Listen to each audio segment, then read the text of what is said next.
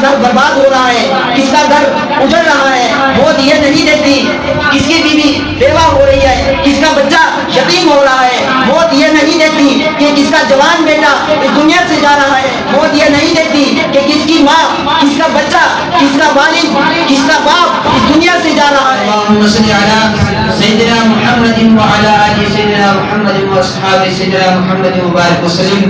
حضرات محترم، کسی شاعر نے کیا خوب کہا ہے، ہوتی ہے ابتدا عالم کی انتہا کے لیے، ہوتی ہے ابتدا عالم کی انتہا کے لیے، رب نے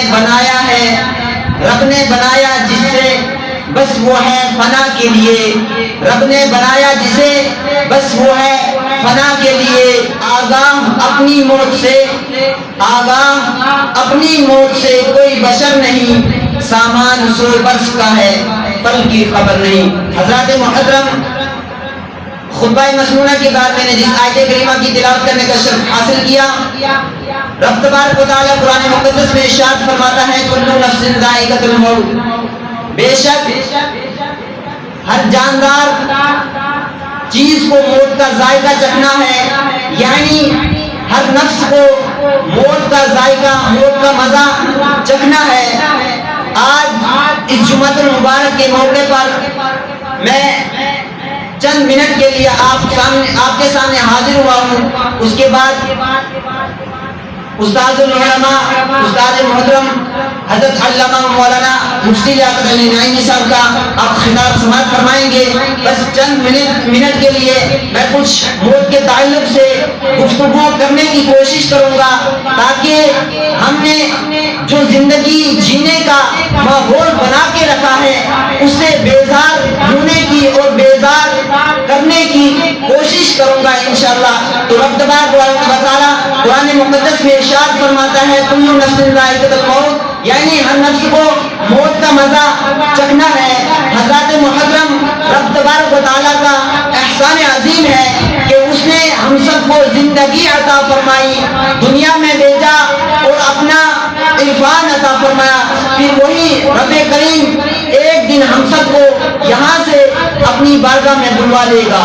اسی فہم کو رب تبارک و تعالیٰ نے قرآن مقدس میں یوں ارشاد فرمایا کل نفس ذائقۃ الموت۔ حضرات محترم، موت کوئی آسان لفظ نہیں ہے، کیا موت کوئی آسان لفظ نہیں ہے، بلکہ موت ایک ایسا لفظ ہے، موت ایک ایسا ورڈ ہے جس کو سنتے ہی بڑے بڑے دہل جاتے ہیں، بڑے بڑے ہل جاتے ہیں۔ حضرات محترم، موت کوئی آسان ورڈ نہیں ہے، موت کا لفظ سنتے ہی اچھے اچھوں کے جسم میں کبھی تاری ہو جاتی ہے اور دل کا سکون اور چین درہم برہم ہو جاتا ہے۔ موت کا تصور زمانے کے ہوش اڑا دیتا ہے اور بڑے بڑے مغرور متکبر بادشاہوں کو ہلا دیتا ہے۔ موت کا لفظ ایسا ہے۔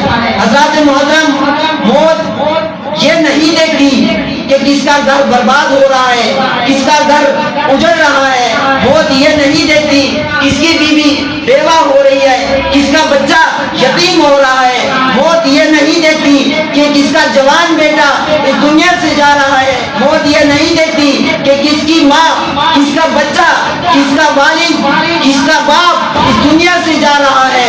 نہیں بھائی، بلکہ موت کا وقت جب آتا ہے وہ کسی کو بھی ایک لمحے کی مہلت نہیں دیتا، بلکہ اس کے جسم سے اس کی روح کو الگ کر دیتا ہے۔ ہوتی ہے ابتدا عالم کی انتہا کے لیے، بنایا رب نے جسے بس وہ ہے فنا کے لیے۔ یہ حضرات، آپ نے دیکھا کہ انسان جب کسی پریشانی میں مبتلا ہوتا ہے، جو آج کل عام ہے، جب ہم کسی پریشانی میں مبتلا ہو جاتے ہیں، کسی پریشانی کا شکار ہو جاتے ہیں، مصیبت میں گرفتار ہو کر دو چار ہو جاتے ہیں، تو بار بار اپنی زبان پر یہی لفظ لاتے ہیں کہ اے کاش مجھے موت آ جاتی تو کیا ہی اچھا ہوتا، کہ روز روز کی یہ جو مصیبت ہے اس سے چھٹکارا مل جاتا۔ اور ہم بار بار یہی کہتے ہیں اے موت، تو موت آ جا تاکہ میں یہ جو روز روز مصیبتوں میں گرفتار ہوتا ہوں تاکہ میں اس سے چھٹکارا پاؤں. ساری پریشانیاں ہی ختم ہو جائیں گی. شب و روزوں کی مصیبتوں سے چھٹکارا مل جاتا.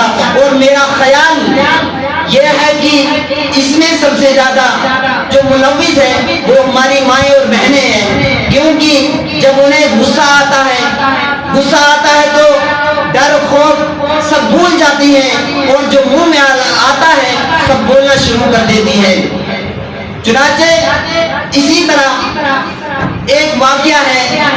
ایک بوڑھی ماں جو کہ روزانہ جنگل جایا کرتی تھی، وہ روزانہ جنگل جایا کرتی تھی اور جنگل جا کر لکڑیاں جمع کرتی تھی، لکڑیوں کا گٹھر بنا کر سر پر لایا کرتی تھی اور گھر واپس آ جایا کرتی تھی. اسی طرح وہ ہر روز کا اس کا یہی معمول تھا. اس کا ہر روز کا ہر دن کا یہی کام تھا کہ وہ جنگل جایا کرتی تھی اور لکڑیوں کا گٹھر سر پر اٹھا کر گھر واپس آیا کرتی تھی. تو ایک روز ہوتا ہے کہ وہ جنگل جاتی ہے اور جنگل سے جب لکڑیاں جمع کر کے اس کا گٹھر بنا کر سر پر اٹھاتی ہیں اور چل دیتی ہیں گھر کی طرف واپس. جب گھر کی طرح روانہ ہو جاتی ہیں تو راستے میں اچانک وہ لکڑی کا گٹھر سر سے گر جاتا ہے. سر سے گرنے کے بعد بڑھیا نے اماں نے بہت زیادہ کوشش کی، بہت بار کوشش کی کہ میں اس گٹھر کو اٹھاؤں اور سر پر رکھ لوں، مگر اٹھا نہیں پائی. تو اب پریشان ہو کر آخرکار اس نے کہنا شروع کر دیا، اے میری موت تو کہاں ہے؟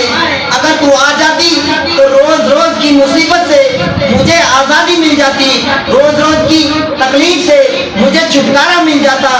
بوڑھیا بڑبڑاتی رہی اور ایک درخت کے نیچے آرام کی نیت سے بیٹھ گئی. اچانک ایک شخص انسان کی شکل میں نمودار ہوا اور بوڑھیا کے قریب پہنچا. بوڑھیا نے کہا، تم کون ہو اور کہاں سے آ رہے ہو؟ اس نے کہا، اے بوڑھیا، تم مجھے یاد کر رہے تھے، تم نے مجھے پہچانا نہیں. میں وہی ملک الموت ہوں جس کو تم بلا رہے تھے. میرا نام ہی عزرائیل ہے. بوڑھیا نے ملک الموت کا نام سنتے ہی کانپنے لگ گئی. بوڑھیا ملک الموت کا نام سنتے ہی کانپنا شروع ہو گئی اور پریشانی سے پسینے چھوٹنے لگے. بوڑھیا نے ملک الموت کو دیکھتے ہی اپنے تیور بدل دیے. کیا؟ بوڑھیا نے ملک الموت کو دیکھ کر اور ملک الموت کا نام سن کر فوراً اپنے تیور بدل دیے. کہا، ہاں میں نے ہی بلوایا تھا، مگر میں نے آپ کو اس لیے بلوایا تھا تاکہ آپ یہ لکڑیوں کا گٹھر میرے سر پر رکھ دیں اور میں اسے گھر لے چلوں. تو دیکھا آپ نے کہ موت ایک ایسا بھیانک دار لفظ ہے جس سے یاد کر کے، جس کو دیکھ کر بندہ کانپنا شروع ہو جاتا ہے. معلوم ہوا کہ موت کے تصور سے پہلوان کو بھی پسینہ آنا شروع ہو جاتا ہے. مگر یاد رکھیں کہ ہر حال میں موت آنی ہے، چاہے اسے ہم پسند کریں یا نہ کریں. مگر یہ رب تبارک و تعالیٰ کا قرآن مقدس میں ارشاد ہے کہ ہر نفس کو موت کا ذائقہ چکھنا ہے. تو ہمیں چاہیے کہ ہم ہر وقت اپنے ذہن میں موت کا خیال رکھیں اور ہر وقت عبادت میں رہیں، برے کاموں سے ہم محفوظ رہیں، ہر وقت اللہ اور اس کے رسول کے ذکر میں معمول رہیں. یعنی ہماری زندگی کا یہی مقصد ہو، ہم سوئیں تو بھی مصطفیٰ کا ذکر ہماری زبانوں پر جاری ہو. یعنی ہمارا معمول یہ ہو، میں سو جاؤں یا مصطفیٰ کہتے میں سو جاؤں یا مصطفیٰ کہتے کھلے عام صلی علی کہتے وما علینا الا البلاغ.